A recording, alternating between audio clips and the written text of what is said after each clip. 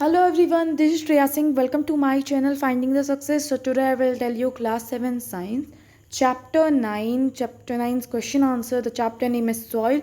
So let's get started from the question number 1. So take the most suitable answer in question number 1 and 2. 1 and 2 question number 1 और question number 2 में जो दिया गया है आपको एक सुटेबल आंसर उसके लिए चुनना है. In addition to rock particles के साथ सॉइल में और क्या क्या होता है. मिनरल होता है, ऑर्गेनिक मैटर होता है, एयर होता है, वाटर होता है. 3 नंबर ऑप्शन जो है वो करेक्ट है. The water holding capacity is highest in the किसमें ज़्यादा सॉइल मतलब किसमें ज़्यादा पानी होल्ड करने की सबसे ज़्यादा किस सॉइल में सबसे ज़्यादा पानी होल्ड करने की कैपेसिटी होती है तो वो होती है क्ले सॉइल में. Second number option is correct. अब है match the in column 1 with those column 2. अब यहाँ पे आपको कॉलम 1 एंड कॉलम 2 यहाँ मैच द फॉलोइंग है जहाँ पे आपको करेक्ट एक कोई भी क्वेश्चन है उसके करेक्ट आंसर आपको मैच करने हैं. तो देखिए होम फॉर लिविंग ऑर्गेनिज्म क्या है. तो लिविंग ऑर्गेनिज्म के लिए हर तरह का सॉइल जो है वो रहने लायक होता है. अपर लेयर ऑफ सॉइल हमेशा डार्क होता है कलर में. सैंडी सॉइल में लार्ज पार्टिकल्स होते हैं. Middle layer of soil lesser amount of humus, उसमें कम ऑर्गेनिक मैटर होता है. और clay soil small particles and packed and tight. चलिए आंसर्स आपको दिखा देते हैं. ये देखिए ये हमारा आंसर है. तो चलिए अब आगे चलते हैं.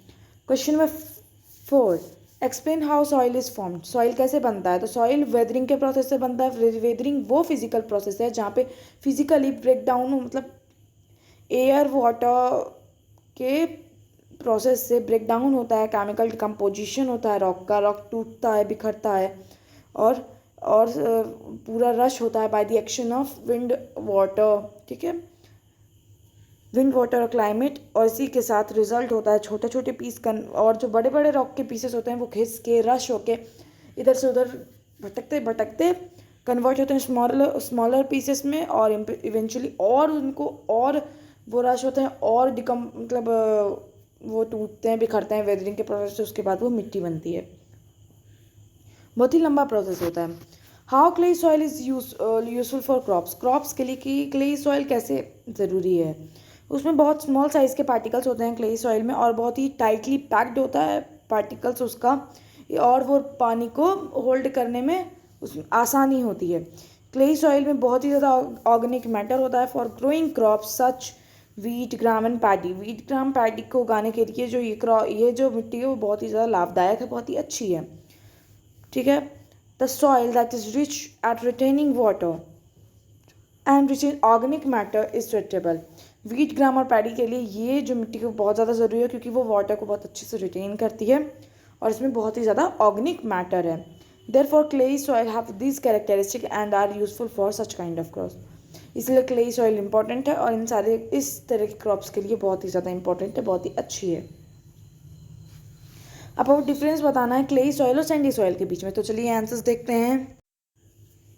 Clayey soil the proportion of fine particles is higher. इसमें फाइन पार्टिकल्स ज़्यादा होती हैं. वही सैंडल सॉइल में लार्ज पार्टिकल्स ज़्यादा होती है. सेकेंड, पार्टिकल्स इसमें जो होते हैं वो बहुत ही टाइटली पैक्ड होते हैं और सैंडी सॉइल में पार्टिकल्स लूजली पैक्ड होते हैं. और क्लेई सॉइल में बहुत ही अच्छा अमाउंट ऑफ वाटर होल्ड कर सकता है और सैंडी सॉइल में कम एबिलिटी है वाटर को रिटेन करने की. ठीक है. अब water can not drain quickly. जल्दी से वाटर ड्रेन बह नहीं जाएगा और इसमें वाटर बहुत ही अच्छे से बहुत जल्दी बह जाएगा. It is really heavy in weight. Heavy होता है वेट में क्ले सॉइल और सैंडी सॉइल लाइट होता है. Less air is trapped between the particles tightly packed होते हैं तो ऑब्वियसली एयर जो है वो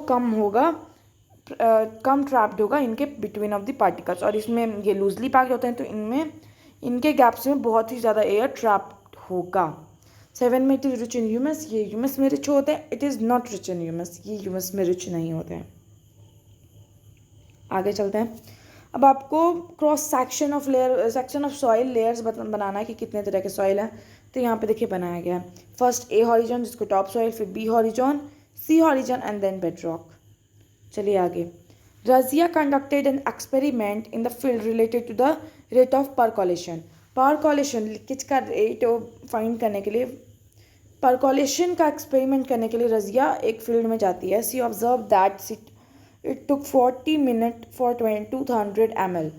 40 मिनट लगता है 200 ml वाटर को पिकोलेट करने में, एक सॉइल सैंपल में पूरा रिटेन करने में। Calculate the rate of percolation, percolation का रेट आपको निकालना है। आंसर, आंसर इसका अमाउंट कितना है वाटर का, ठीक है, तो 200 ml है। परकोलेशन टाइम है हमारा 40 मिनट, तो देयरफॉर परकोलेशन रेट क्या होगा, amount of water by the percolation time मतलब ml by minute. 200 ml by 40 minute is equal to 5 ml per minute, ठीक है। चलिए बहुत ही आसान है, सब आप लोग आसानी से निकाल लोगे। अब 9 नंबर है, how soil pollution and soil erosion could be prevented, कैसे सॉइल पॉल्यूशन को हम लोग प्रिवेंट कर सकते हैं, सॉइल इरेजन को कैसे प्रिवेंट कर सकते हैं। तो सॉइल पॉल्यूशन को, जो टॉक्सिक कंपाउंड्स होते हैं वो हम लोग सॉइल में रिलीज़ नहीं करेंगे और उसको कंट्रोल करेंगे, उसको कम करेंगे, ठीक है।